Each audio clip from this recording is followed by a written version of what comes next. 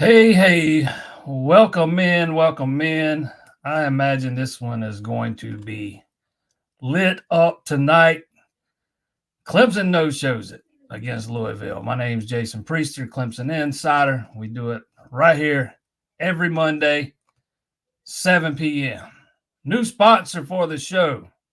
If you've not noticed, scrolling across the bottom of the screen there, A-Glass. 2 locations right here in the PD, one in Florence, one in Sumter. A-Glass for whenever you need a glass. Auto glass replacement and repair. Stan, Michael, those guys will get you taken care of up there, man. Stan, those guys, they've been doing auto glass for as long as I can remember, forever. 2 of the best in this area. Give them a call. They will take care of your needs. So let's dive into it. We will. Man, that was hard to watch. It's one thing if you go out there and get beat. It's another thing when you don't show up. That's a whole different discussion, man, when you just don't show up. And I don't think this Clemson team showed up to play Saturday night. I don't know if they been reading too many of their own press clippings or just didn't put enough into the preparation or what. But that was not a well-prepared football team that we watched on the field Saturday night. You know, the more Louisville gashed that defense, it just, all you could do is just sit there and laugh, man, because, it just becomes comical at a certain point. You get 2 more blocked field goals, and I get it. Peter Woods is a guy that's out there in that protection, but you've already lost him one time for a couple of games. You've got to make sure somebody behind him's ready to go in case you lose him again, which, in fact, you did Saturday night. And it just exposed your issues all over again. Trent Howard ends up flat on his back.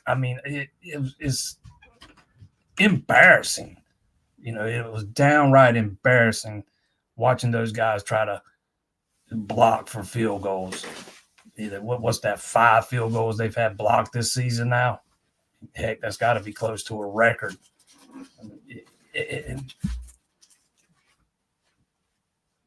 How odd is it to watch a Clemson defense continually get gashed on the ground the way this defense got gashed on the ground Saturday night? The definition of insanity is doing the same thing over and over and over again, expecting a different result. We've already seen it. When Peter Woods goes out, there's not another defensive end that is capable of coming in and, doing what you need to do as a pass rusher and when it comes to defending the run. And we saw it again Saturday night. As soon as he went out, and they exploited that weakness. At a certain point, you got to try something different. Why not go with some 4-3, some 3 linebacker sets? You got that 5-star linebacker, Sammy Brown, there on the bench. Use that guy to put some pressure on the quarterback. Something, man, because your defensive front's not getting it done. Heck, when you blitz, really all you're doing is sending one guy from a different position and then dropping somebody back into coverage. So basically, you're still sending 4. I mean, that quarterback, he had all night to throw. Not that they really needed to throw it around much because they had so much success running it. I mean, if you could just get some penetration and create some pressure, who knows what happens after that. But, no, they just keep rolling that 4-2-5 out there, and it just continuously gets gashed.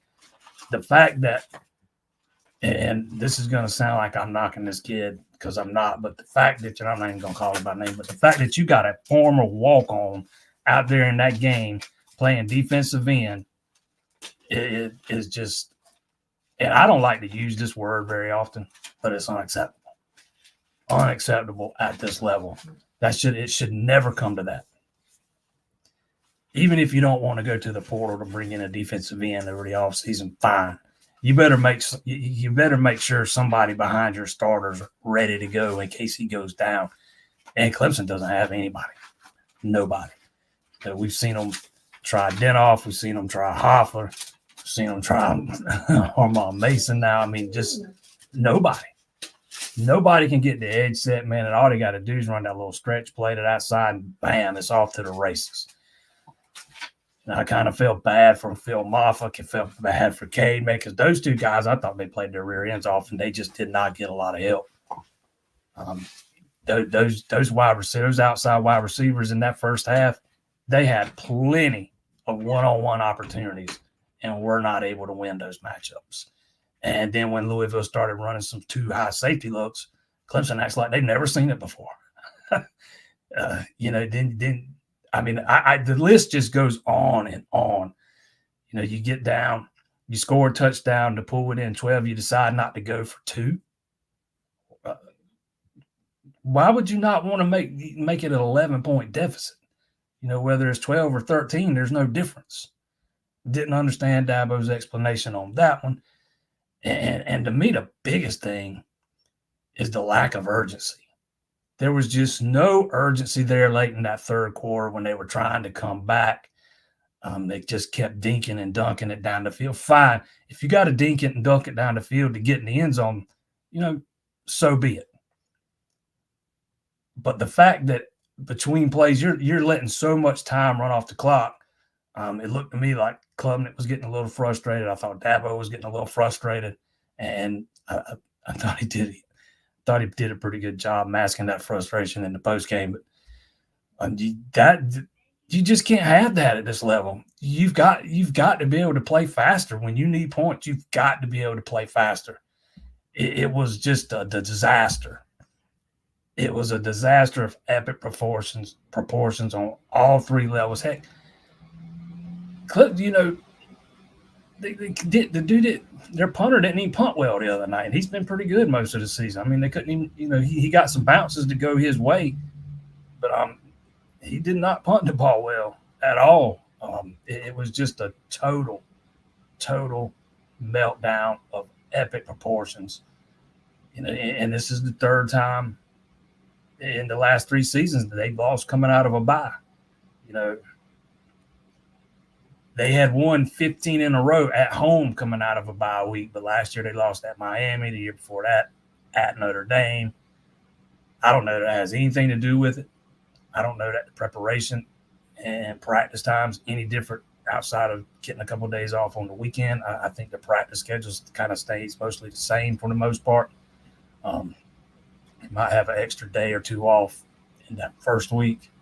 Can't remember for sure, but I even asked Dabo about that after the game if he thought the bye week was, sometimes would hurt some of the momentum. He wasn't buying into that at all. He wasn't having none of that talk. None of that talk at all. I haven't even started glancing at the comments yet, man. Let's see what you guys think, man. Because I thought it was just an utter disaster. Utter disaster. Oh, and let's not forget this part. There were numerous high-profile recruits at that game. You had a couple of big-time offensive linemen that you're heavily pursuing in the 26 class. A defensive lineman you're heavily pursuing. He's Bryce Perry Wright. He's done seen Clemson 3 times this year. Guess what? One was the Georgia game. Now one was the Louisville game. I think it was the other one was the App State game. You had the offensive lineman. I know I'm gonna say his name wrong, but I think it's Akeem Aboko. He's seen Clemson, I think, 3 times now. But you had 2 wide receivers that were seeing you for the first time. Sedarian Morgan, Jaden Pettit. Those were their first visits since the summer. And if you go and let's say you go blow Virginia Tech's doors off next week and the offense puts up 500 yards, those guys ain't going to see that, man. They're going to be visiting somewhere else. They might hear about it, but they ain't going to see it. They had a golden opportunity to continue the march to Charlotte, maybe even back to the playoff, impress some of those recruits on hand, and they just screwed the pooch royally in every which way you could. Fan turned on Dabo and this team quickly this time. Looks like we're going to lose the next 2 and lose the second. Yeah, I'm not going that far yet, man, because despite what happened Saturday night, there, in the 6 previous games, there's been progress, especially on the offensive side of the ball. You got what you got on the defensive side of the ball. There ain't a whole lot you can do about that. You just hope, you listen to Dabo talk last night, and he starts talking about we got too much talent to be this bad on the defense. To me, he's talking to Wesco, and I agree. This defense has certainly not lived up to expectations this year. I thought the defense was more than fine last year, and it was serviceable in his first year. The pass defense needed shoring up before last year, and they went out and did it. But that's not been the case this year, man. They are so undisciplined up front. They act like they've never seen a cut block, but so undisciplined up front. And guess what? West Goodwin don't coach those guys. They don't play with. They're not very gap sound.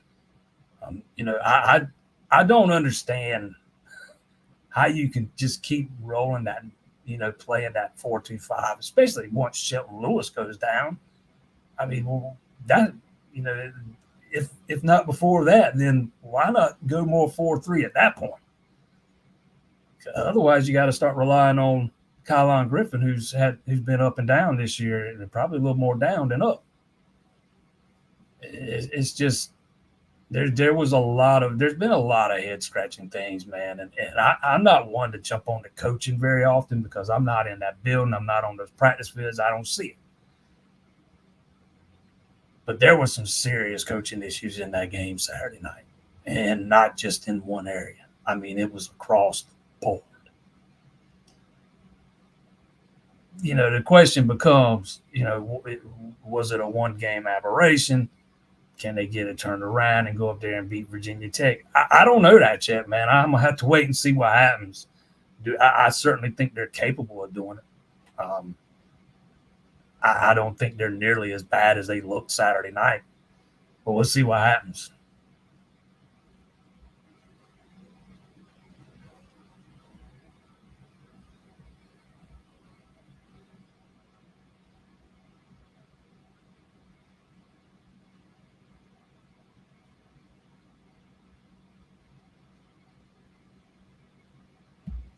They play uninspired football like they did Saturday.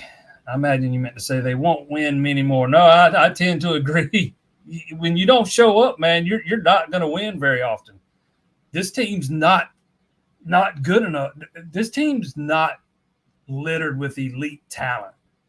Those teams from 2015, 16, 17, 18, 19, they could show up or not show up and still win against a lesser opponent. This team here, they can't do that.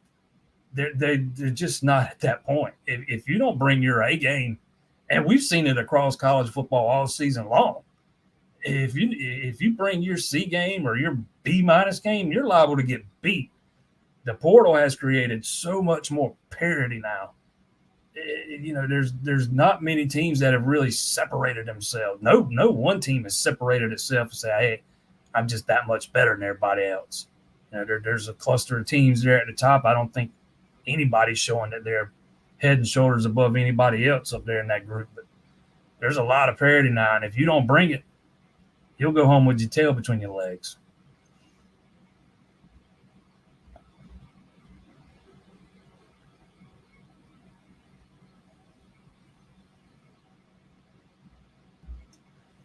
Everyone knew Clemson wasn't playoff ready before the season. Then they played 6 bad teams, and we got our hopes up. We knew it was an 8-9 win season.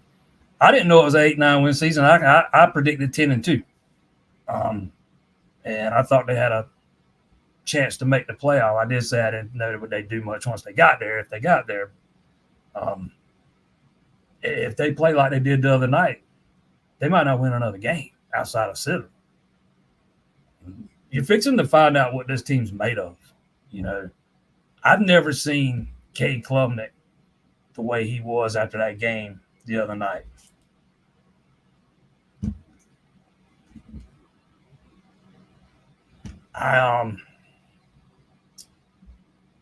Give me 1 second here.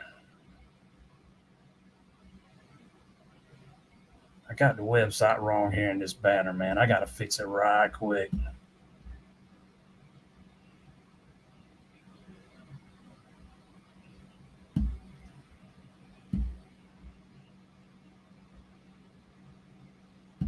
Left the letter out. Y'all hit them up. myaglass.com.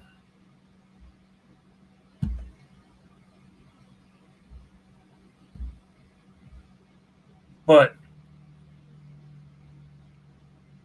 yeah, if you don't show up, you're gonna get beat, man. Plain and simple. That's just the way it is. There's you're not head and shoulders above everybody else on your schedule. But I'll be the first to admit I thought this was a 10-win team. I think they still can be if they play up their potential.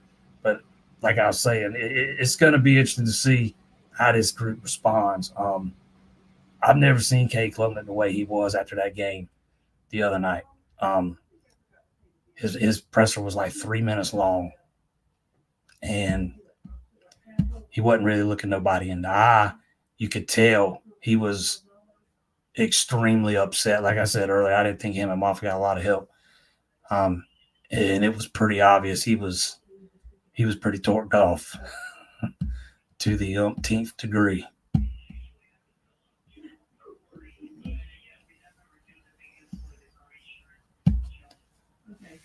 Was Lawson injured? Why would a former walk-on player play instead? Because Lawson wasn't injured because none of those guys were able to set the edge and be sufficient in run defense. Not Lawson. He's pretty good at rushing the passer, but he's not much against the run right now. He gets pushed around a little bit. Not Hoffler, not Denoff, not any of them. They were just running guys out there, seeing who if somebody would stick. They were just trying things, man. It kind of is what it is at this point. You just. I don't have a better answer for you than that.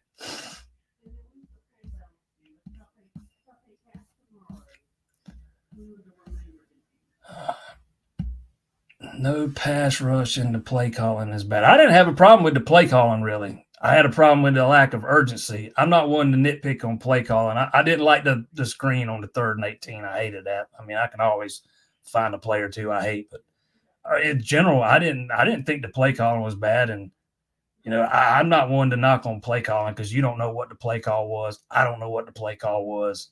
There were several times where Cade had to check down because it just wasn't nobody open. When receivers aren't getting open, it's going to make your play calling look bad. If you want to knock Garrett for not getting into plays fast enough there in the 3rd quarter when they're trying to come back, I'll jump on that bandwagon with you. I'm not going to nitpick on the offensive play calling too much.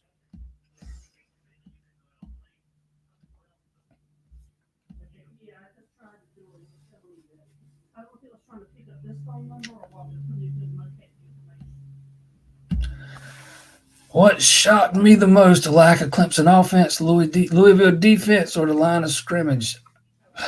Pick anything, man. I was not expecting any of that. But I probably the biggest thing was them controlling the line of scrimmage. I didn't see that coming. I don't think anybody saw that coming. But there sure wasn't nobody in this live chat last week thinking Louisville was going to beat Clemson at the point of attack.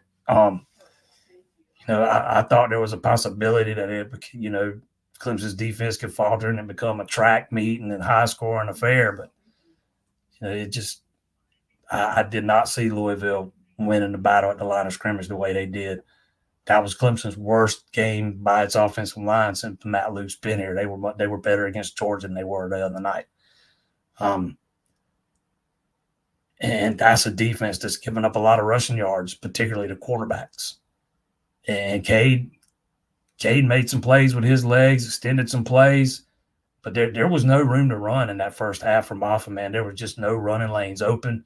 The yards he did get, he earned them. Even as it got on into the second half and Louisville was starting to wear down, he was still earning a lot of those yards, breaking through some contact at or near the line of scrimmage. I did not see that part coming.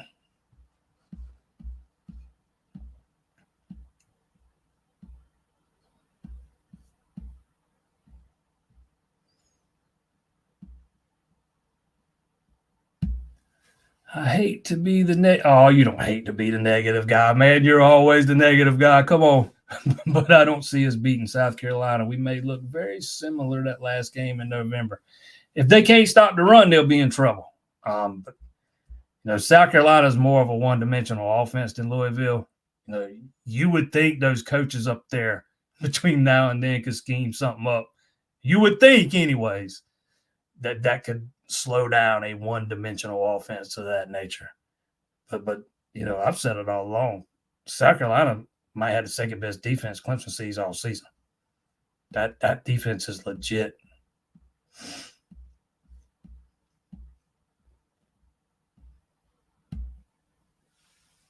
Hoosier has to elevate the ball. He is almost a guarantee to make it when it gets. Hoosier needs the guys in front of him to not get steamrolled and end up sitting on their ass. That's what Hoosier needs. I've seen some of his kicks that look a tad low from time to time, but none of those blocks were on him. Neither one of them. Do you think Clemson has a shot at the ACC? No. That you would need either Miami or SMU to lose twice. Even if SMU was to lose once, Clemson still loses out in the tiebreaker. So you need one of those teams to lose twice. Look at SMU's schedule. I forget who's on it. I looked at it earlier today. I don't think they're going to lose at all. Miami has to play Georgia Tech this weekend, and they have to finish up with Syracuse in league play, and they got an easy one squeezed in the middle there. I forgot who it was, maybe Wake Forest. But, I don't see either of those teams losing twice.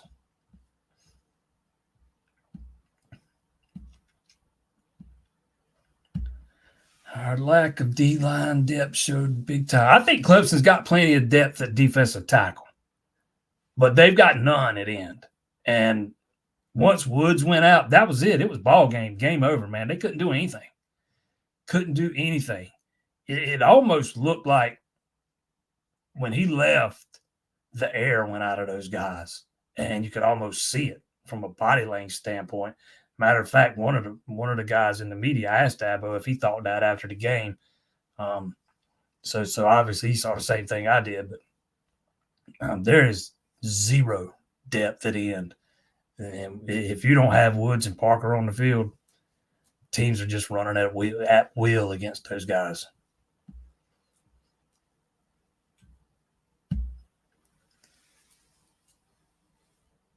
Embarrassed, disgusted, ashamed. That's how I feel about the team, the coaching, and especially the fans. Don't trash your own field. Well, you can blame those officials in the Texas-Georgia game for that. I said it when it happened. That a terrible precedent was set that night. Those officials were intimidated into changing that call because the fans got rowdy and started throwing stuff on the field. it was bound to happen again. I know people like to think Clemson is this some magical place where it's so different than everybody else. Not always, man. It's human nature. And don't get me wrong, I totally agree with what you're saying. Don't trash your own field. That's about as low as it gets, and you're not supposed to do that at Clemson. But if you're asking me if I was surprised to see it, absolutely not after what happened in that Georgia-Texas game. And this is not the first time it's happened since then.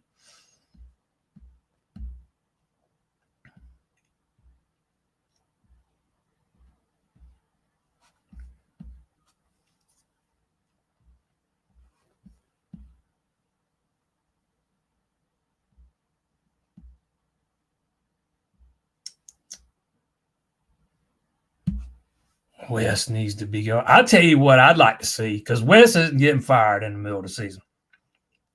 I wouldn't mind seeing them move Wes upstairs and seeing if maybe that helps him see stuff better from up on top. You know, you still got Mickey Kahn and Nick Eason and Chris Rumpf, all those guys down on the field. Maybe try putting Wes up in the box and see if that'll help him see some things better, man. Because, and I'm just grasping at straws here, but you know the fact that he's so dead set on running that 4.25, even when they're getting gashed like that, man. It's hard for me to wrap my head around that.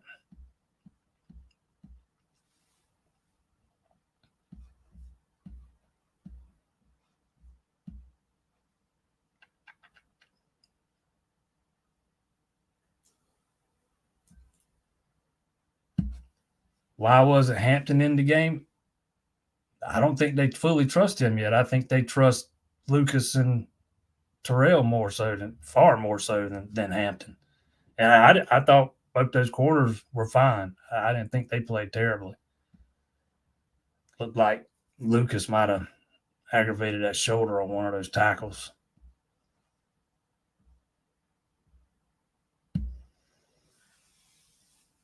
Do you think the youth and inexperience starting two freshman wide receiver was a significant factor? Probably.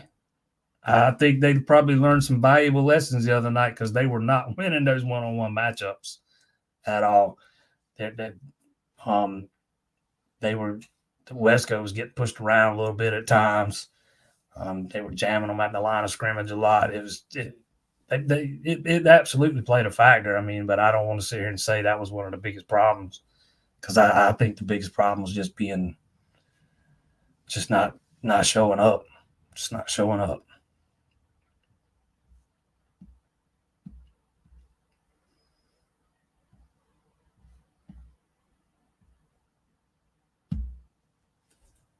Take Woods back to defensive tackle and take him off special teams. Woods getting beat. They can't take him moving back to defensive tackle. They don't have anybody else to play it in, man. You just can't do it. Can't do it. And it don't look like they have anybody else that can block for field goals either. You know, that might be a necessity. They might have him out there out of necessity.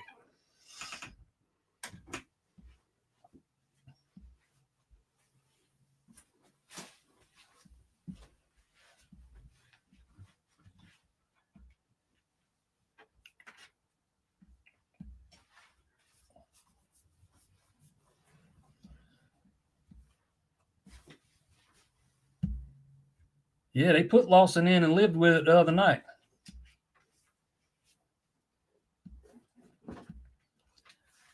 Riley doesn't do well against more superior offenses. He gets in his head and play calling goes down. Yeah, Riley's been fine as a play caller for the most part. And he don't even go up against opposing offenses. But they didn't have any urgency the other night, and I do think they were probably overthinking some things.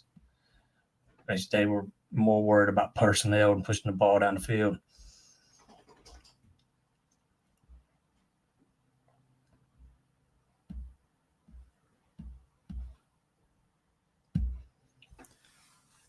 How does it feel that this is the second top 25 ranked team Clemson has played and got blown out in? Louisville wasn't ranked in this game. They ranked now, but they wasn't ranked coming in. What does it say about the state of the program? I don't think it says anything. I mean, it's one game. If it lingers on throughout the rest of the season, we can have that conversation. But I don't think one game says anything. I've said this and I'll say it again. Anybody that doesn't think you've seen improvement in the offense this year either don't want to see it or ain't looking hard enough, because this offense has been much better. Now, the defense is taking a step back, but the offense has been much better than it was last year. It's a night and day difference. I don't care who the opponent is. Clemson was struggling to put points on the board against unranked teams and bad competition last year. That's not been the case, until Saturday night this year. But, yeah, Louisville wasn't ranked when they played that game the other night.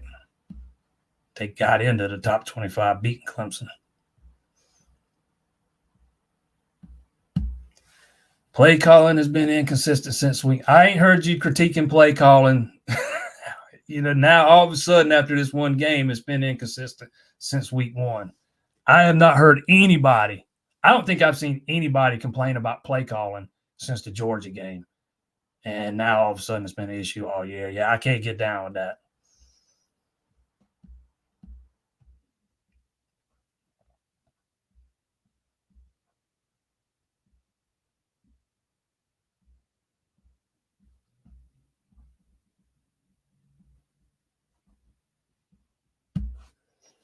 What's irritating is their defense was not the same defense we've been seeing. All those players and Dabo himself said Louisville wasn't doing anything different, if that's what you're talking about.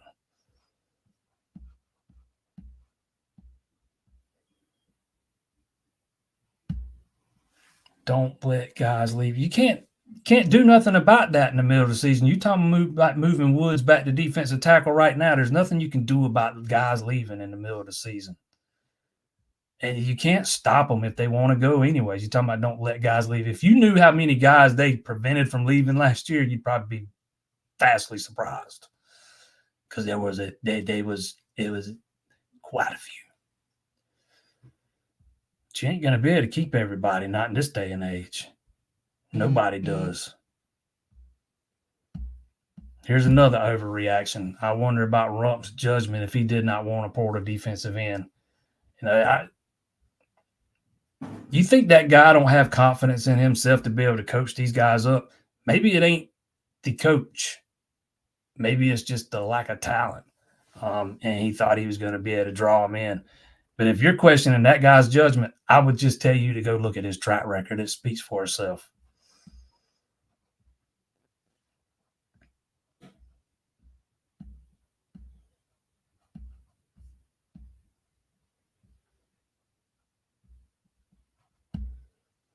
We wait until the fourth quarter to run the ball when down 3 scores. See, that ain't true either, man. They come out trying to run the ball and couldn't. I don't know, man. They tried to run the ball more so than pass it at first and just couldn't get anything going. That's why they ended up in 2nd and long and 3rd and long, because they couldn't run the ball in the first half.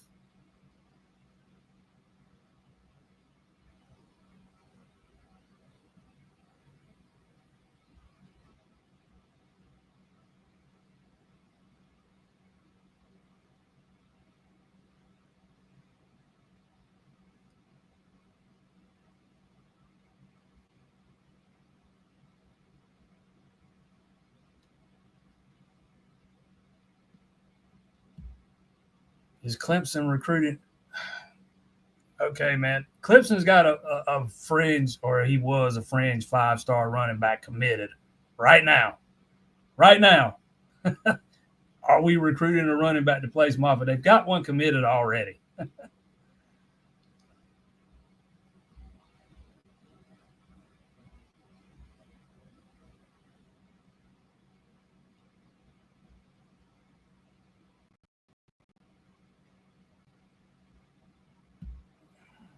Off bye week, we look soft and not very. Clemson's defensive line, this ain't the first time they've looked undisciplined. They've been undisciplined all season long. All season. Like I said earlier, Wes Goodwin don't coach them guys. They act like they ain't never seen a cut block the other night.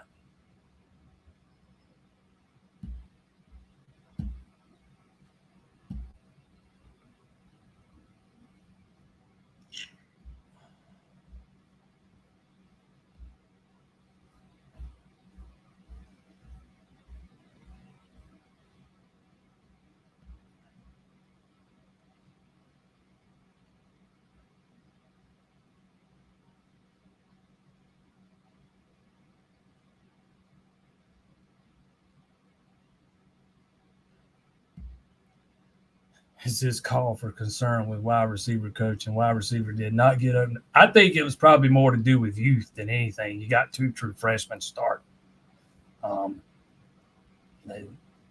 It's amazing when you go on a 6-game win streak. There's not a peep said about Tyler Grisham when those wide receivers play well for several weeks.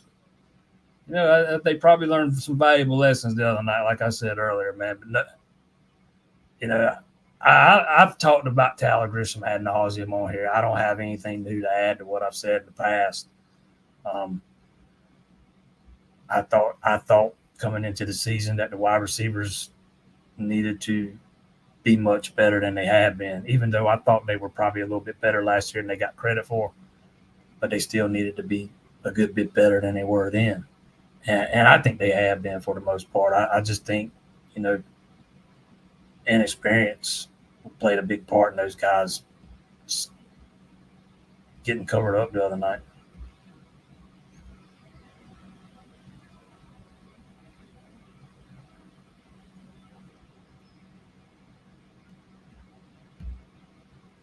Again, I don't know how anybody watched that game and said Clemson didn't try to run the ball in the first half. That's mind blowing to me.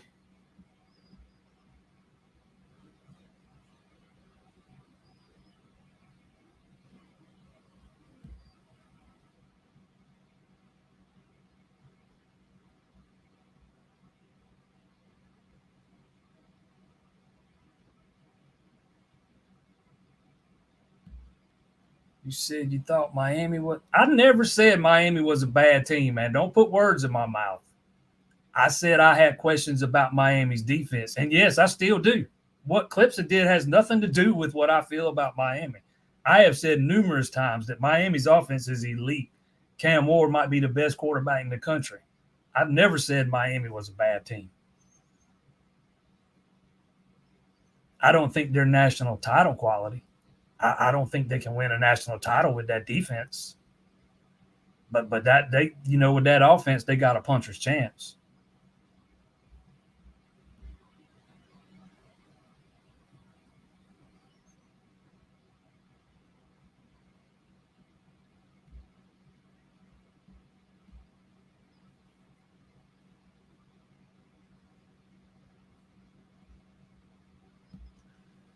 I love Nick Eason, but why is Wes Goodwin catching all the heat, but not the defensive line coach? Nick Eason ain't no, he's just a defensive tackles coach. Chris Rump coaches the ends, so you got to throw his name in there too if you're going to throw in Nick Eason's.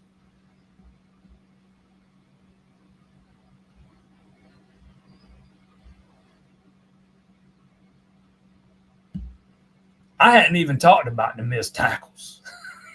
You know, I've talked about being undisciplined, man. This defense takes they're terrible at tackling and they take terrible angles.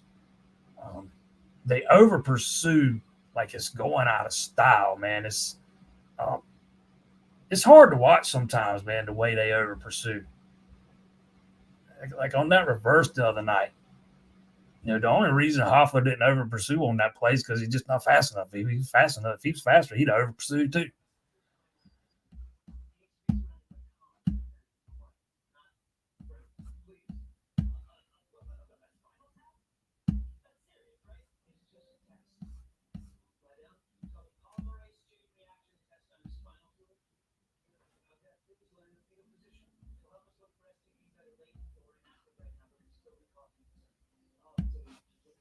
The linebackers are lost. West coaches the linebackers.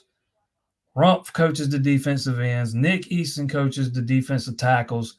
Mike Reed coaches the corners. Mickey Kahn coaches the safeties.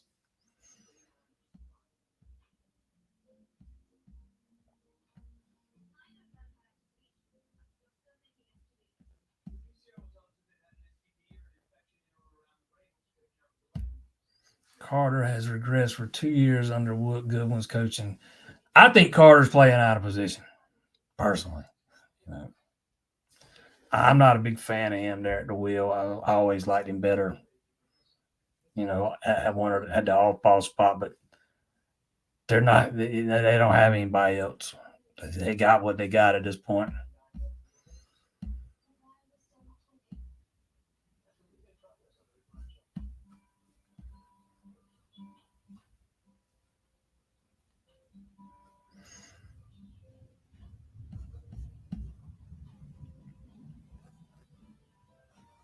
I think y'all can probably.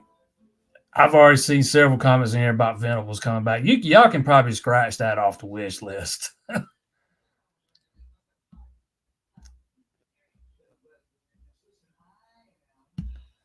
Grayson Littleton. I would keep an eye on the kid there at TL Hanna. Cam Strong. He's committed to North Carolina State right now. And they'll the guy that committed that flipped from UCF to Clemson Friday, the Gavin Blanchard kid, he's teammates with Grayson Littleton.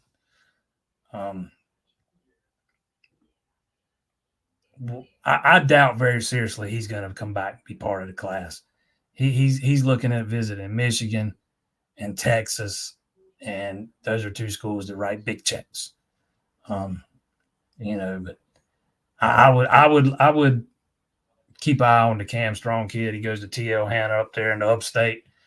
I remember talking to him toward the end of last year, and he was telling me that he was expecting an offer, around Christmas time, first of the year. And obviously there's always two sides to every story, and I don't know what happened there. They ended up going after Littleton and, a couple of other guys, and they never did offer Strong, but he would be the first guy I'd look at. They need to add a corner in this class. They don't have any set to graduate, and leave that way after the season. But you always got a plan for at least one leaving, through the portal. So I would fully expect them to try to find another one, because Littleton was the only one they had committed in this class.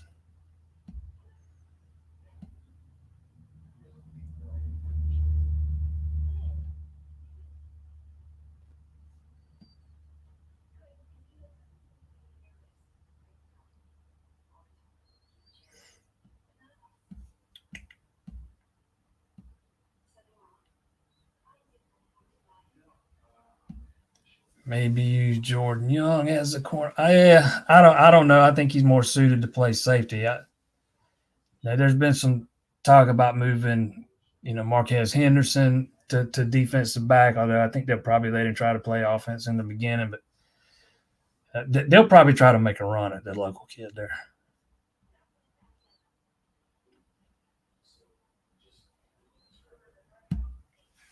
Klubnik looked like he was about to cry when David Hood asked him what was the message. That wasn't David Hood. David Hood wasn't even in there. I forget who asked it, but yeah, I've never seen Cade look the way he looked after the game, ever. He wasn't even. He was. It looked like his blood was boiling. He wouldn't even look at anybody, man. It was just a straight ahead stare with like nothing. Like there was. If you're looking at him in the eyes, it's like nobody's there.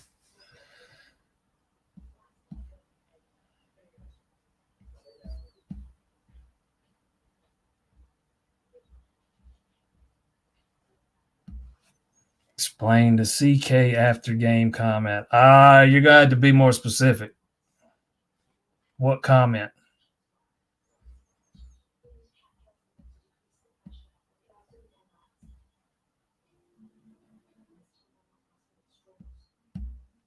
Cade Klubnik is slow on releasing the ball to receivers. He doesn't have a strong throwing arm like DJ. Very few people have as strong as arm as DJ does. Very few. Look how far it's gotten him. You'll find some examples here and there where Cade holds on to the ball too long, but I didn't see a whole lot of that Saturday. I saw a lot of receivers that just weren't open. He didn't have nowhere to go with the ball. You can put this on the quarterback all you want, but I would strongly disagree.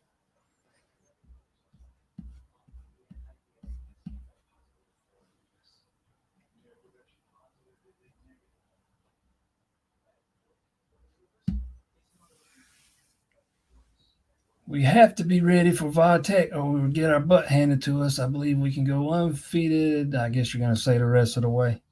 Yeah, like I said earlier, man, it's going to be very interesting to see how this team responds because they, I'm telling you, they looked like a team that had been reading their own press clippings that just really didn't. I don't know if they didn't take this Louisville team seriously enough or what. You go up there to Virginia Tech and with that same attitude, you'll get beat again. You're going to find out what this team's made of because all their goals are basically off the table now. You've got, you're still mathematically alive to go to the ACC Championship, but Miami ain't losing twice. I don't see it. SMU's definitely not with that schedule they play. I had somebody tell me on Facebook Saturday about how the ACC is probably so happy that FSU or Clemson's not in the championship game, man. Or he said ACC or either ESPN was happy that neither one of those teams were in the championship game. He was implying because of the lawsuits, man. That's crap. That is utter crap. Anybody that thinks the ACC or ESPN would rather see a Miami SMU championship game over Clemson Miami, or Miami Florida State, or Florida State Clemson, that is delusional. Those are your biggest draws, and that's who you would always prefer seeing in those games. Little off topic there, but I just.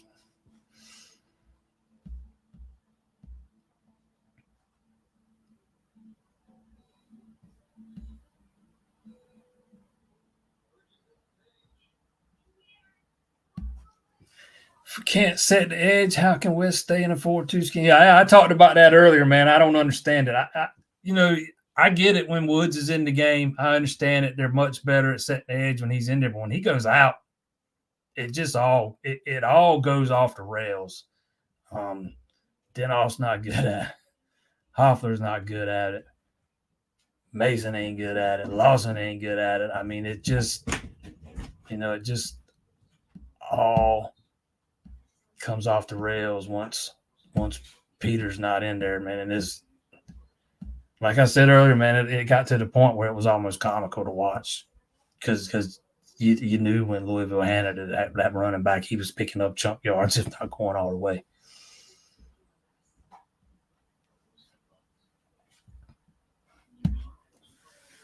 Said for a few years, Clemson needs a wide receiver coach. They are best their freshman year. None of the other wide receivers developed. Guess what? None of those other wide receivers that left out of Clemson went and developed elsewhere either. So, I mean, I don't know that Grisham's the big problem. I'm not saying he's not. I'm just not convinced that he is. I think Clemson's had a big-time talent problem at wide receiver more so than anything over the past few years because you look at these guys that transfer out. We talking about 4-star guys, 5-star guys. You look at Bo Collins at Notre Dame, he's still the same dude.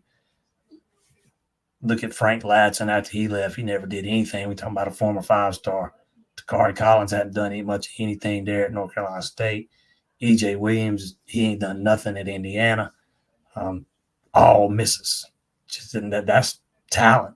That's evaluations. I don't know that it's a coaching thing. I'm not saying it's not. I'm just saying I'm not convinced that it is.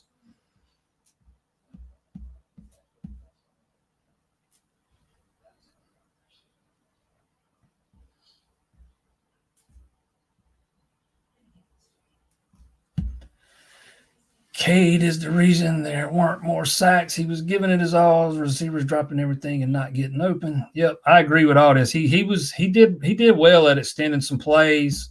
with his legs. You know, I feel bad for him and Moffa, man, because I thought they left it all on the field out there. Absolutely. I hadn't even mentioned Brenny Stoll, man. He had he had a couple critical drops. I thought this was his worst game of the year by far.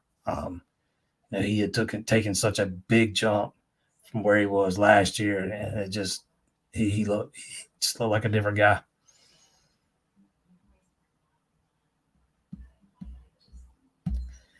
How about calling a run up the middle on 4th and 1 after not making a run up the middle on 3rd and 1? I don't have any problem with calling a run up the middle on 4th and 1. Your offensive lineman should be able to pick up a yard, man. I don't have a problem with that at all. So.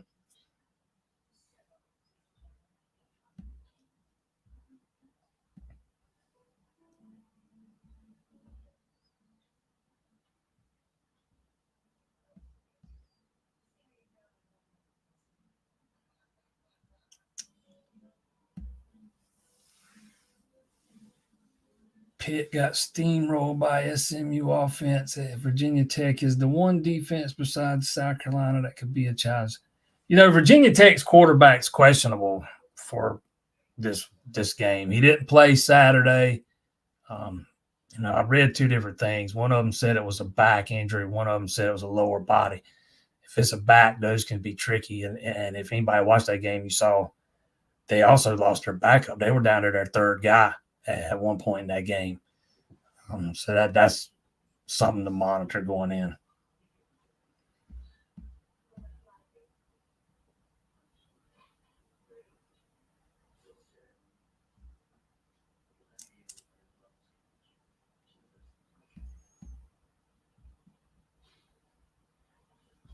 I think the offense was 1 of 11 on converting short. They were 16 of 39 on 4th and or 16 of 29, maybe. I forgot what it was. It wasn't a bad percentage on 3rd and 4th down combined, but yeah, like I said a minute ago, I don't have a problem with running the ball on 4th and 1. None at all.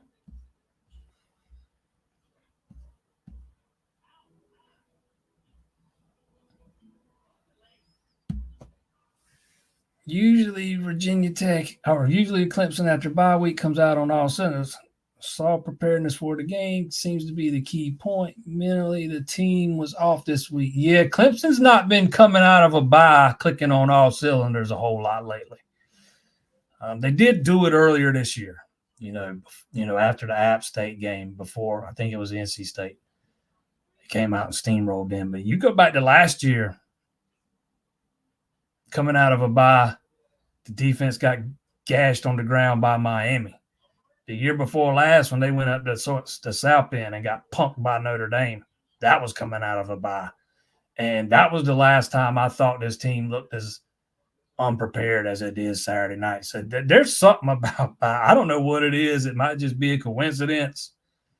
I know I asked Dabo about that Saturday night, and if looks could kill, man, but he was not having none of that. He was not buying into that theory at all.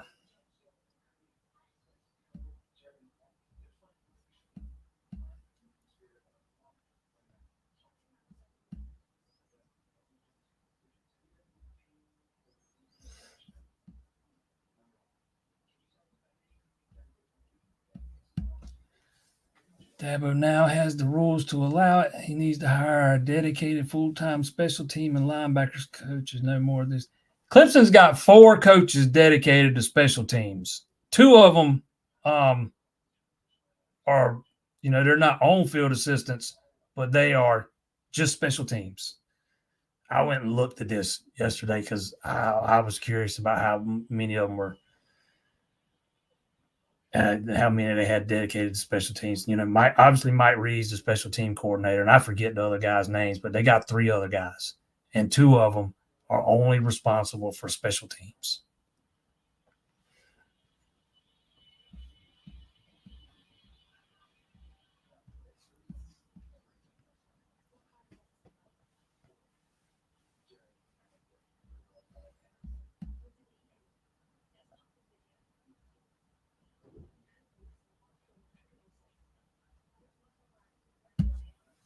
How does Clemson lose the tiebreaker if SMU drops an ACC game? Because SMU's beating Louisville and Clemson lost to Louisville. It'll go by win percentage of, order of finish in the ACC. And SMU would have the better win.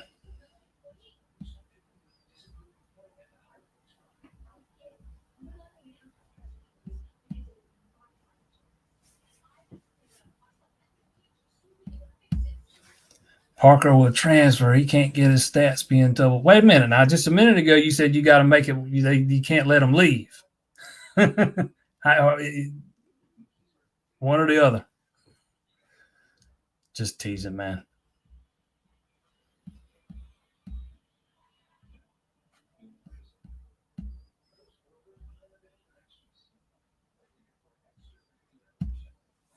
You've attended practice. Are they as physical today as they were, say, 10 years ago? I have attended practices in the last 5 years, not 10 years ago. So I can't answer that about 10 years ago. I can tell you the practices that I was at, at the beginning of fall camp and back in the spring, they were, we don't get to see a lot, especially the physicality part. But I can tell you there was some hard coaching going on. And of all, Chris Rumpf and Nick Eason might be two of the ones that coached the hardest. And Wes catches a lot of flack for not being fiery enough. I can tell you he's fiery on the practice field. But I can't really answer that because even when we go to practice, we get to watch the stretching and then, like 4, 5, 6 periods of individual stuff. We might get to see some hurry up, some tempo. And last year, when we got to see tempo, it was good on good, like the ones up versus the first team versus first team. But they didn't do that at any of the practices I was at this year.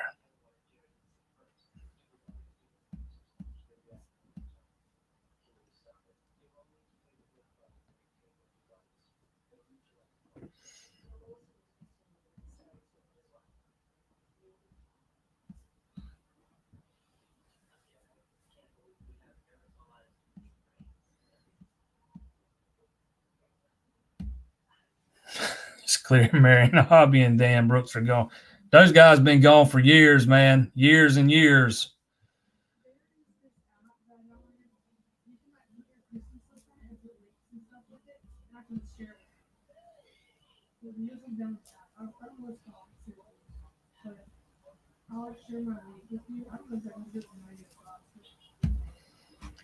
Wes is in the box just as much as he was in the past. He has a talent. Wes ain't in the box. Wes is on the field.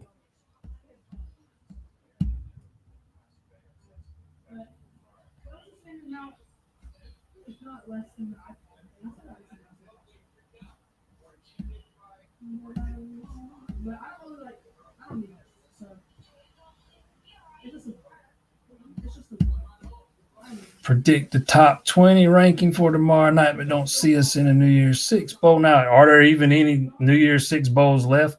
Aren't they all part of the playoff now? Pretty much, most of them. I haven't really looked, but I'd assume most of them are.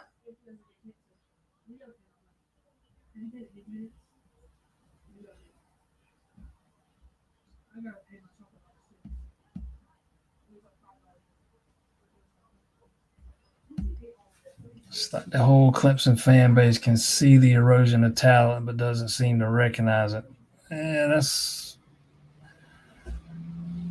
I think most people do recognize it. If you see it, you recognize it.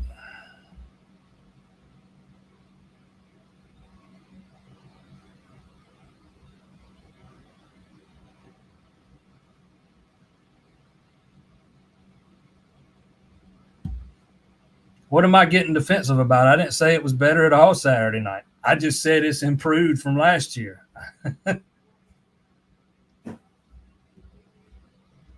I'll tell you this. I'll own everything I say, but I'm not getting defensive about anything. Matter of fact, this has not been nearly as fiery tonight as I thought it would be from some of y'all.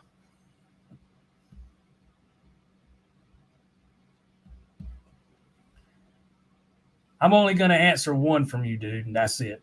Because you are the biggest spreader of misinformation I've ever run across on Facebook, social media, Twitter, anything, man. You tell blatant lies, even after you've done been told different. Freshmen get paid at Clemson, man. You think these freshmen come to Clemson and don't get paid? That is absurd. You think Peter Woods agreed to come to Clemson and without getting paid? You're fooling yourself, man, and you're just what you do is just spread this bullshit all over Facebook and social media because you are one of the biggest attention whores I've ever seen. Jared, now I'm getting a little defensive because I don't like this dude. I have gone into detail with you before about this stuff, man, and here you are spewing the same crap that you've been spewing for 2 years. That's why you don't ever see anything from me on Facebook anymore, because you are the only person I've ever blocked on Facebook, because I can't take seeing the crap you spew day in and day out when you ain't in Facebook jail for spewing your political crap. But if you think that these freshmen coming from high school and going to Clemson are doing it for zero money, then you're living on a different planet than everybody else, bro.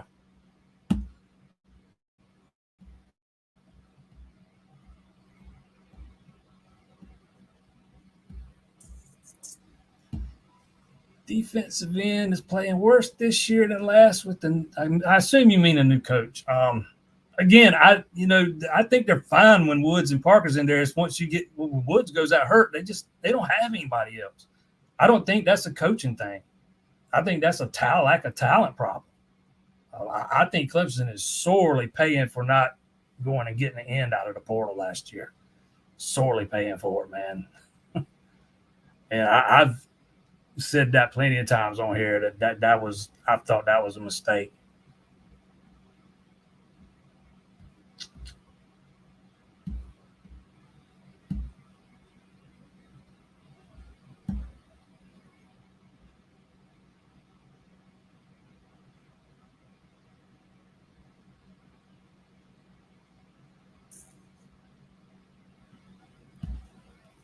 We had played Georgia Tech since Dabo became head coach, and in that time they did cut blocks like crazy. Yeah, man, them Paul Johnson teams, they were famous for those cut blocks, man. And Venables just absolutely destroyed those things, man. Just destroyed them. And then you watch Clemson play the other night, and they look like they've never seen one. Never seen one. And cut blocks aren't that hard to beat. You just have to be disciplined, and you have to, you have to be able to spot it, know it's coming, and be disciplined. Don't over pursue. Don't be aggressive. Take a step back and go over them. It ain't rocket science.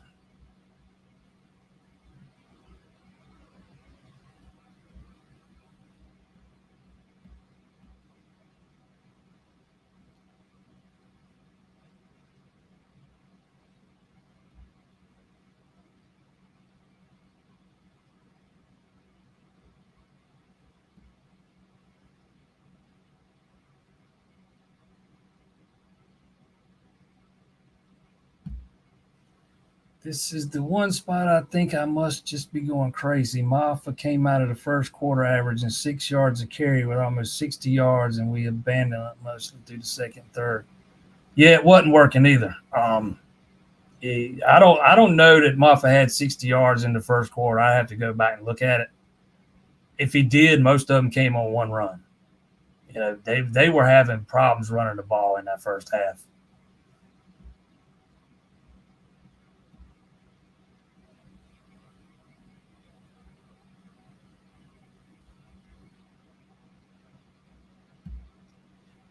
Didn't Dabo say they practiced cut blocks? And they said they knew it was coming, that it was not unexpected.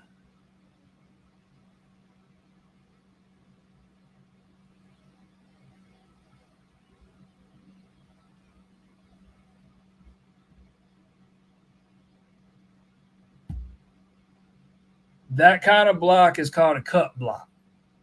Again, Georgia Tech used to be famous for that when Paul Johnson was there and they ran that triple option. And the first couple years Johnson was there, when they had that Josh Nesbitt, they used to eat Clemson's lunch on that thing. But after Dabo hired Venables and after he'd been there a year or so, they just totally – they probably defended that option and those cut blocks better than any defense in the country.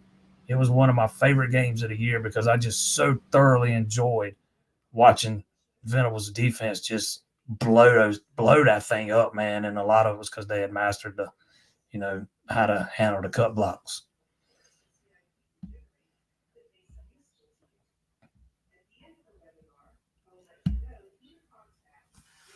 If they're gonna have to lose two, you need somebody to lose two. They've got the tiebreaker. If we make the second field goal, that last drive would have been to win the game. Understand that they were blocked. The first block was really the turning point. If they make that field goal, it's probably 10-10 going into halftime. But instead, it's blocked and it's returned. You give Louisville the short field, and then bam, bam, they're into the end zone, and it's 17-7, just like that, 10-point swing. To me, that felt like the turning point, even though I never had a good feeling from the jump. You could just see it. After the first two possessions on offense, the 2 3-and-outs, you could see it. It was all discombobulated, not a lot of cohesion, couldn't run the ball. I think they had 3 yards after the first 2 possessions. Thought they started to get it together on the third drive where they went and scored, but then they didn't do anything else, until that last drive where that field goal was blocked late in the first half.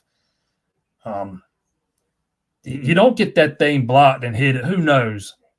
Maybe the second half plays out differently. I doubt it would have. But to me, that was the turning point.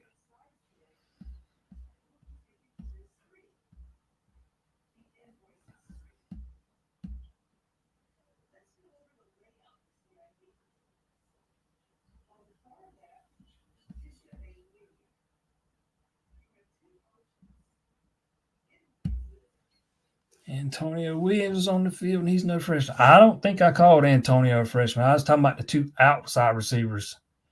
Antonio started in the slot. They kind of took him away for a lot of that first half. I was talking about the 2 freshman receivers on the outside. They had a lot of one-on-one matchups in that first half, and they just could not win them.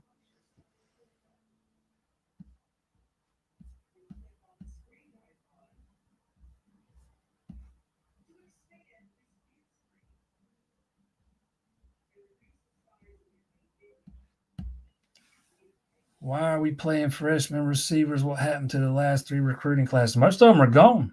They transferred out. Go back and look at Clemson's last 3 recruiting classes at receiver. It's been a lot of misses. About the only guy still around that contribute is Stellato. I don't remember seeing him a lot Saturday night. Adam Randall's been a bust. Really, the only one that's kind of thriving right now is Antonio. A bunch of those other guys have transferred out, and they've gone on to not do jack squat at their new schools. Clemson's had a lot of recruiting misses at wide receivers. You can go back further than 3 years, actually.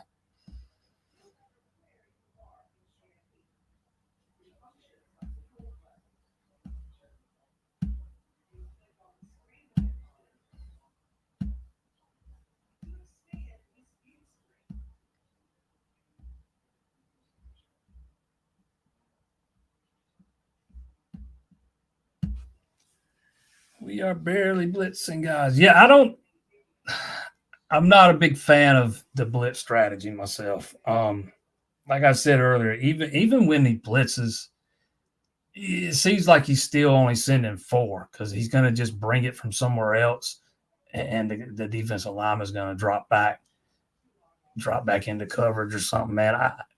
I'd like to see more. I'm not saying you got to go back to what Venables was doing and how heavy he was with his blitzes, but you got to be able to create some pressure on the quarterback, right? You can't let him sit back there and just have all day to get comfortable and throw the ball. especially a quarterback like that with a passing game the way Louisville's got. You've got to do something to create some pressure, even if you got to scheme it up. If your front four is not getting it done, you got to scheme something up to bring more pressure. And they've not been doing it all season long. You know, there's been a lot of games where Clemson's defensive line has been disruptive, but they don't have the tackle for loss numbers that they've had in the past, and they definitely don't have the sack numbers.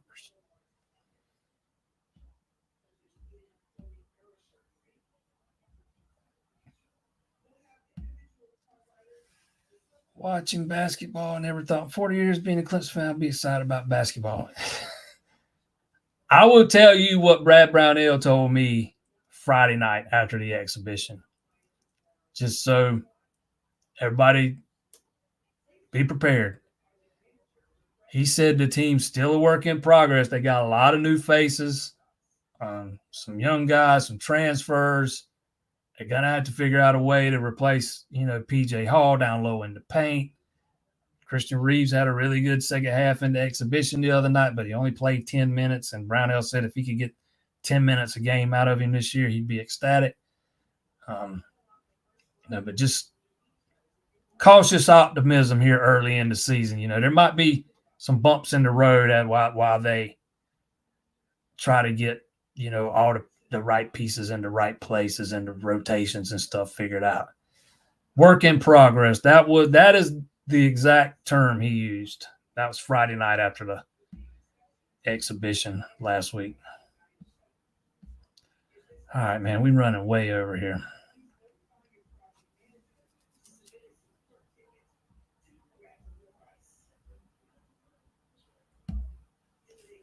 No, I like I said last week, I don't think you'll hear anything really, and unless they get the foot in the door with somebody and get somebody to decommit, then I think they're trying to do this under the radar, understandably so. Kind of like the Gavin Blanchard kid the other day, and I feel like a moron for not even thinking about him, knowing that Clemson still wants to take another offensive lineman. But I knew, I never said it publicly, but I knew he had a grades problem. But he had told me back at the end of summer that he had gotten his grades straightened out. Well, I'm not sure Clemson thought I think on Clemson's end, they still wanted to do some more. He ended up changing schools because I remember him telling me how tough the curriculum was there at Jesuit, the school that the Wood-Ass boys went to down in Tampa. So he goes to Wiregrass Ranch now, but he finally got his grades right. But Clemson never stopped recruiting him, ever. He told me, I talked to him Saturday, actually, before the game, and he said he pretty much heard from either Dabo or Matt Luke every day. And they kept telling him, you get the grades right, get your grades right, get your grades. Well, he finally did, and they offered him about a week before he announced the decommitment. I feel like an idiot for not thinking about him, but nobody was mentioning that guy's name. Not that I heard, as a possibility as the fourth offensive lineman, even though that's a guy that had been on Clemson's radar for a while. He was at the elite retreat in January. I think he had been back one more time since, but he had talked about coming to the big official visit weekend, but since he didn't have an offer, he ended up going somewhere else. But that's how I see the quarterback thing playing out. If they're able to flip one, we probably won't know till we know. Because definitely none of the guys that you would think are candidates, they ain't talking. Not the people in the media, definitely not talking to me. Not from a lack of effort, but they ain't talking.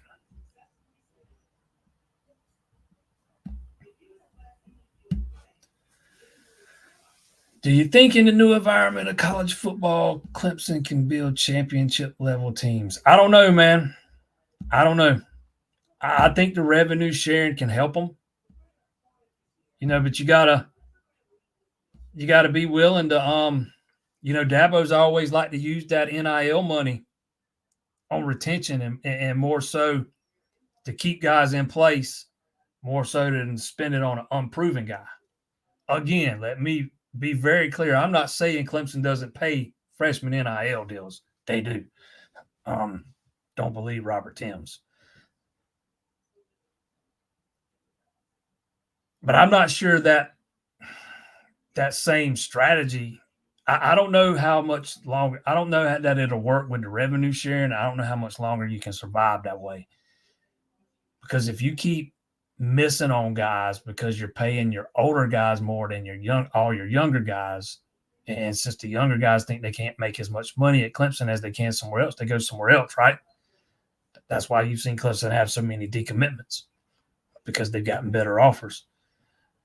Well, at a certain point, you're not going to have enough talented. You're not going to have the talented older guys if you can't land them out of high school and you're not taking them out of the portal. So there's a fine line they got to walk here with this revenue sharing thing, because you only get so much of it to spend, and it's capped. You can't go over. And, of course, NIL is not going away, so the collectors are going to still be around. I think Clemson can be competitive if it's done the right way. I'm not convinced it's going to be. I don't know that Dabo is going to change his philosophy on, spending the bulk of the money on the older guys who have been here and produced and earned it, so to speak. But we'll see. It's definitely a big storyline, as we move forward into this revenue share model. I think Clemson has the resources, to be competitive. They got the money to spend there with the revenue sharing and stuff. And, sometimes probably the way I probably listen to me talk, it probably sounds like they're broke when it comes to NIL, and that's not the way I mean for it to come across. They're not broke, but they don't have the pockets that, say, a Michigan does, or, heck, even an Ole Miss or a Georgia, some of these schools with huge alumni bases. But they got some money. They got a little money to work with. Just got to be willing to spend more of it on getting some of these guys out of high school, and then you can work on retaining them once you get them here. So we'll see how it all plays out.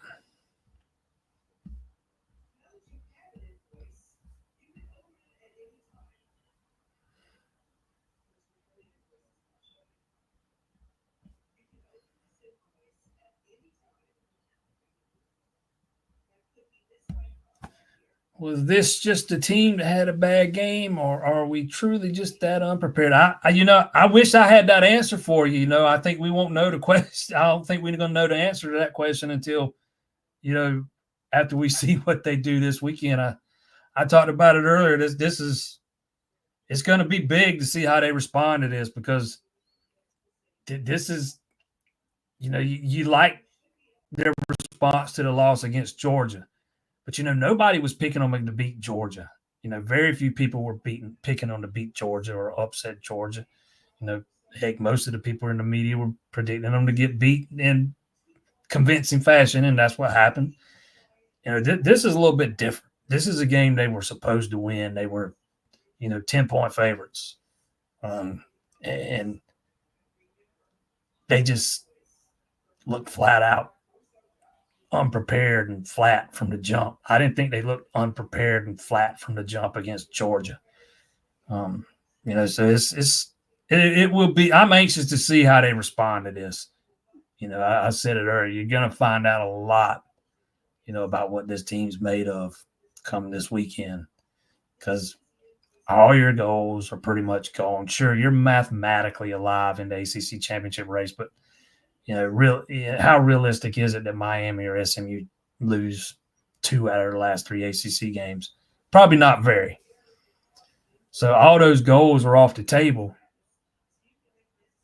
Can Dabo push the buttons to motivate this team to get up and play when there ain't a whole lot to be played for? If that makes any sense. He did it last year. Wasn't a lot to play for after they started 4-4. We'll see if they do it again.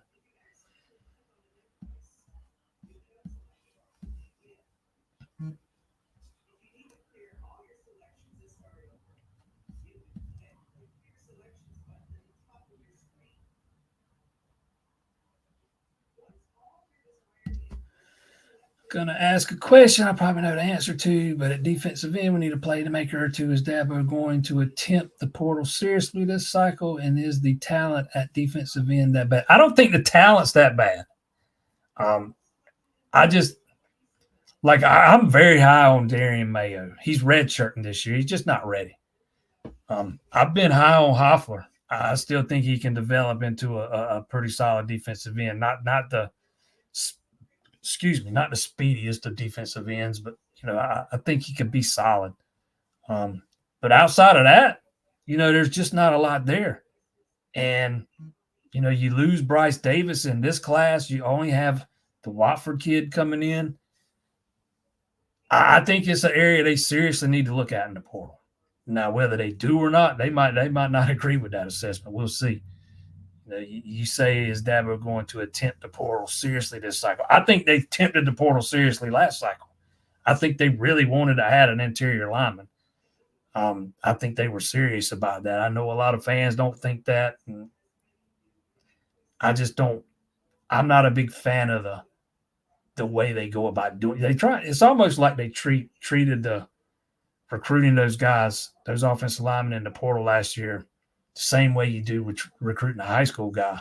And you can't do that, man. It's speed dating, right? When you're recruiting the portal, man, everything's at a much faster rate. You can't be waiting on guys to get to campus before you offer them. You might have to offer a guy before he visits. Heck, he might want to commit before he visits. You never know with these portal guys. A lot of it's about money too.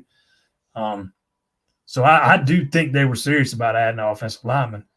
I just think the strategy they used to do it just stunk. Now, whether they try to add one out of the portal this year or not, I don't know. A lot of that might depend on where they think Darian Mayo is after this year, where the Watford kid is coming in, and how much of a jump A.J. Hoffler takes. I don't even know that they have the answer to that question yet.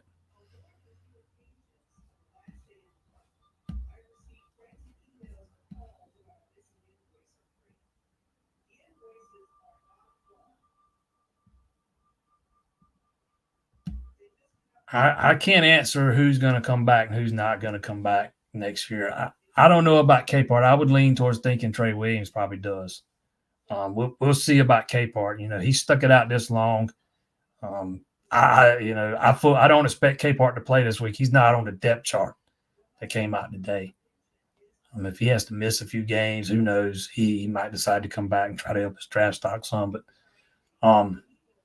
and it's rare that Dabo takes a guy off of the depth chart for an injury for a guy that's going to be out a game or two. Like Peter Woods has never come off the depth chart this year. Tyler Brown still hadn't come off the depth chart. So it's rare for him to take a guy off, and Capehart's not on it today. So I think that's a pretty bad sign. And I'm not saying it's season ending or anything, but let's just say if it is, I can see him coming back under those circumstances. But I can't tell you who's going to come back and who's not at this point.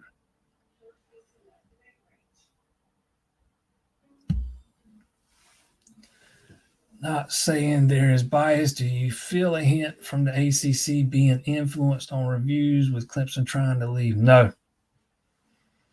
I think the ACC would much rather Clemson be there in Charlotte playing for the ACC Championship than SMU. Number one, it's just a bad look for SMU to come in here and go to the conference championship in year one. It's a terrible look. I mean, we're talking about a team that was a G5 team a few years ago.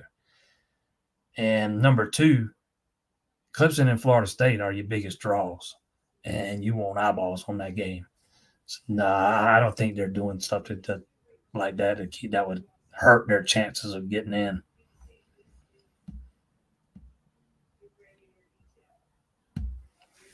Anyone else think a 7-5 finish would finally get Dabo to stop gaslighting and allow Neff to force him to? I'm not even going to touch that first part, but how do you know that Neff's not on board with the way Dabo runs the program? I mean, people assume that he's not, but do you know that for sure? And that's all I'm going to say about that.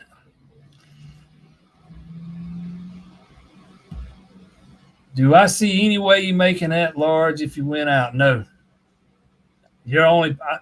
I've been writing a Clemson's path to the playoff story every week for the past few weeks. I'm not writing it tonight because there's only one path.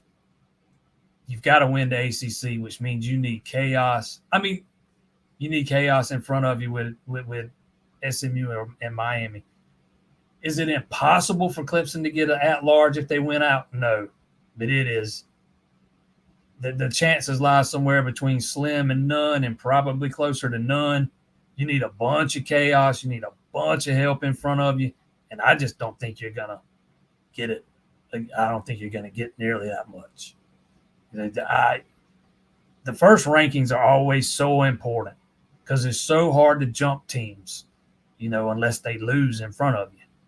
And it would have been, if Clemson would have ended up winning this weekend and being ranked 9th or 10th in the initial rankings, that's where you want to be. They're going to be somewhere probably between 19 and 25 tomorrow, and that's not where you want to be. That is a lot of teams you got to jump between now and the end of the season, and I just don't know how doable it is.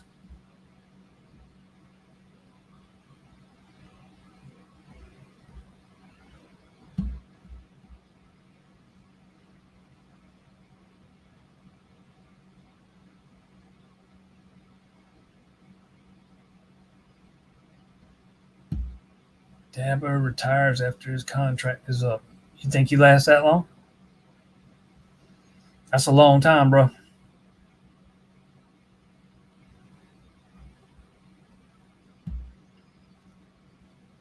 No, Hampton's not getting redshirted. He's played in every game, I think, except this last one.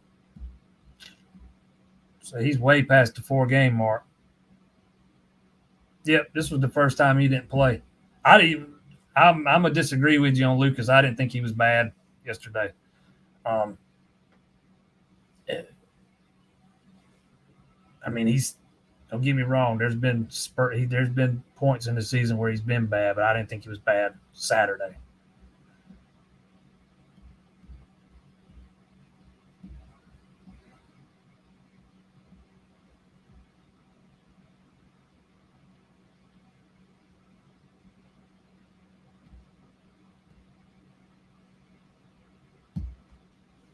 Have I addressed that name in the analytics state? I guess you're talking about not going for 2. Yeah, I didn't understand his reasoning for that. I didn't really go too deep into it, but I didn't understand. I don't know what analytics tell you to go for just 1 there. That just, to me, that came off as coach speak. I didn't know. I don't.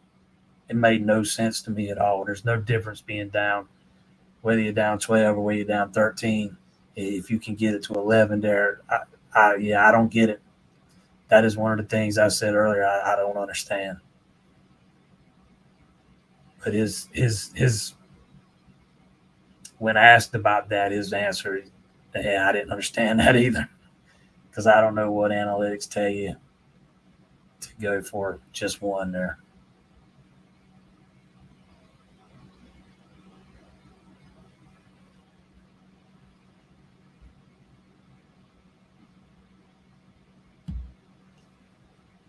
First block field goal came from the left side of the line. Trent Howard just got absolutely bulldozed and ended up flat on his back. I hadn't seen a replay of the second one, so I think that one was on the left side too, though, because they said after the game that both of them came on the same side.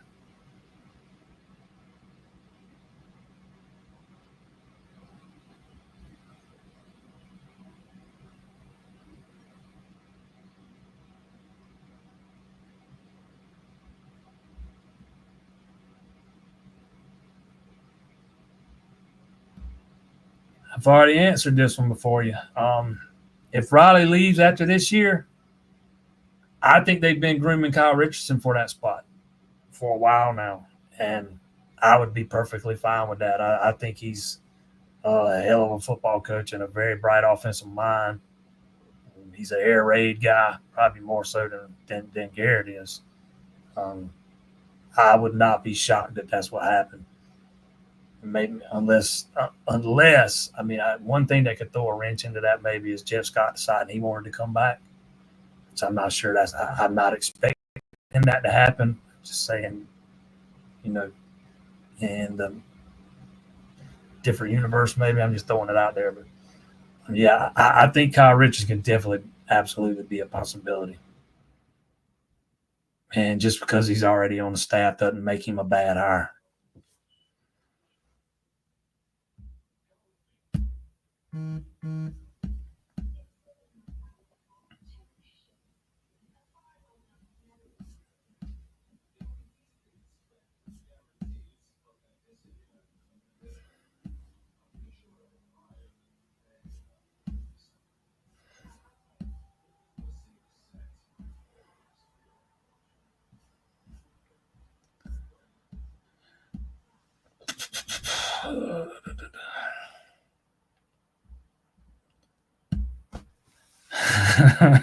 Yeah, I'm not going to do that anymore.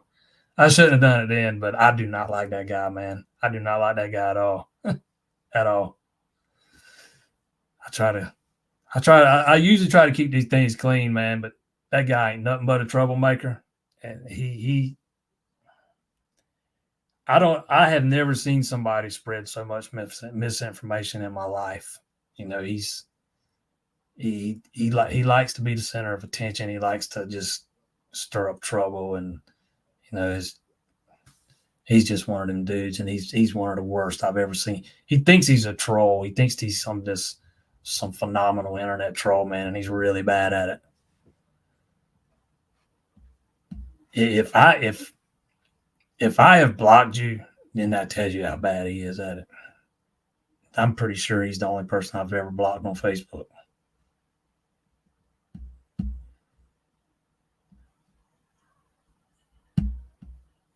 All right, just a couple more. I got to get out of here, man. We at 90 minutes now.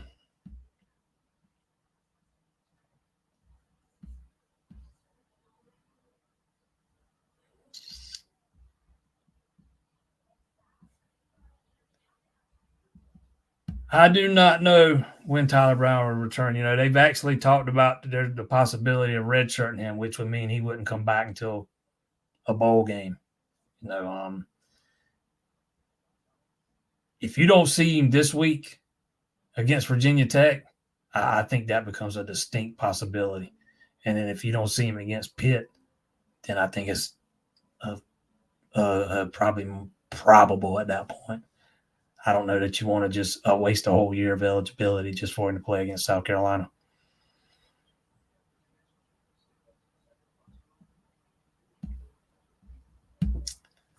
That would have been a TD Moore has been through a lot, still praying for him. Yeah, that family's been through a lot, absolutely. But, that's a ball he's got to catch, man. And one thing I did agree with Dabo on after the press in his postgame was when he said TJ's going to catch a lot of those balls in the future, because I wholeheartedly believe that. I think that guy's going to end up being a stud, but he's got to catch that one, man.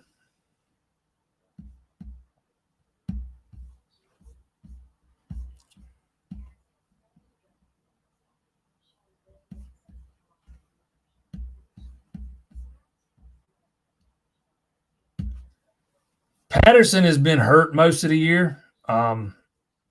He played a little bit in the last two games before Saturday, just sparingly. But no, he's not in the rotation.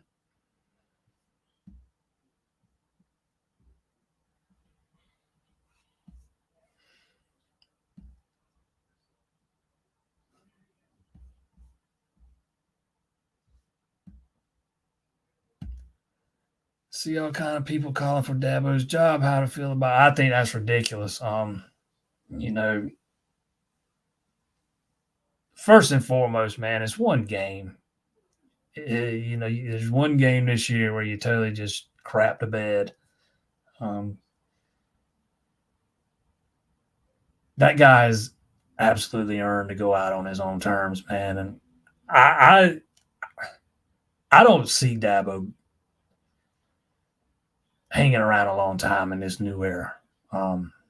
Yeah, I do not see. This is my opinion, man. I've not heard anything about it. Nobody's talked about anything, but I wouldn't be shocked if he don't make it to the end of his contract. He just says, "The heck with this. I'm gonna go do something different. I'm gonna retire or whatever."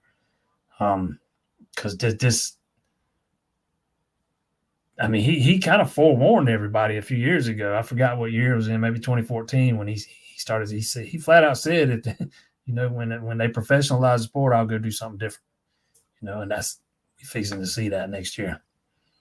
But no, no, you don't fire Dabo, man.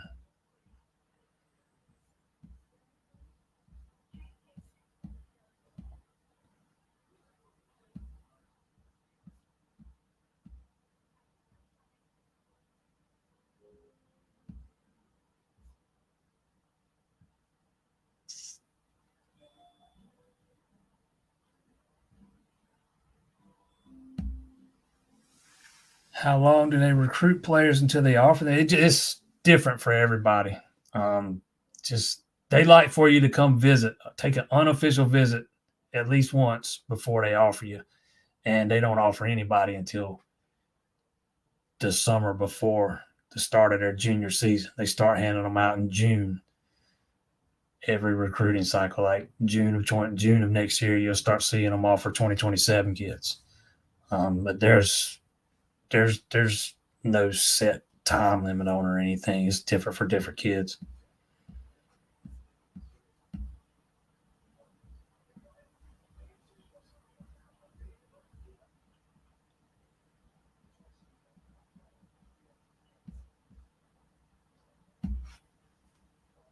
Do I do business with? I don't know who Brent Axe is. Sorry, I'm doing business with A Glass, man.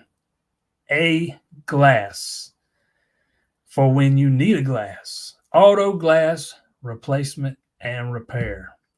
2 locations, Sumter, Florence. You can visit them at myaglass.com. Get you a quote right there online. Go see Stan or Mike, Chandra, one of the girls up there. They will take care of you. Like I said earlier, they've been in business a long time, in the glass business for a long time. They absolutely know what they're doing, experts in the field. See it right there scrolling across the bottom of the screen. A Glass. See my man up here in the top of the screen carrying the glass. myaglass.com. All your auto glass needs.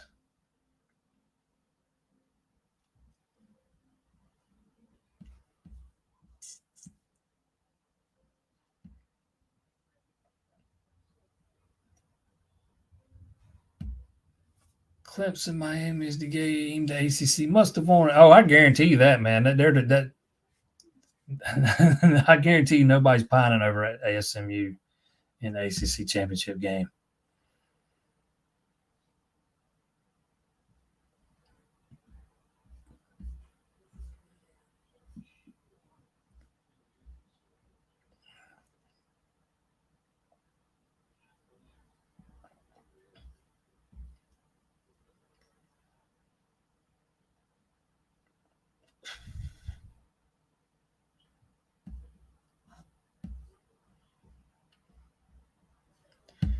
Yeah, I was thinking I never saw a replay of the last one, but all the other ones was on the left side. So I was pretty sure that last one was on the left side too.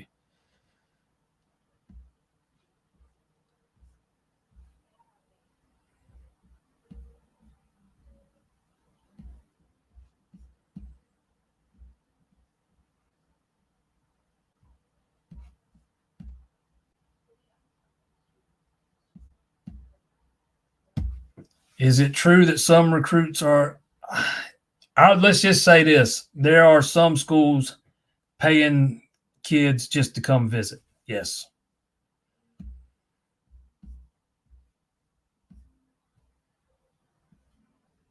Yeah, I didn't even talk about the attendance part. That stadium I do remember when Miami and Clemson played a few years ago. There was a bunch of Miami fans that came up, but I just don't see SMU fans coming and packing out Charlotte Stadium.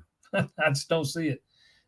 But the bigger thing is the viewership, man. They ain't drawing the eyeballs that a Clemson would or a Florida State would or Miami would. Like I said, I guarantee ain't nobody up there pining for that matchup.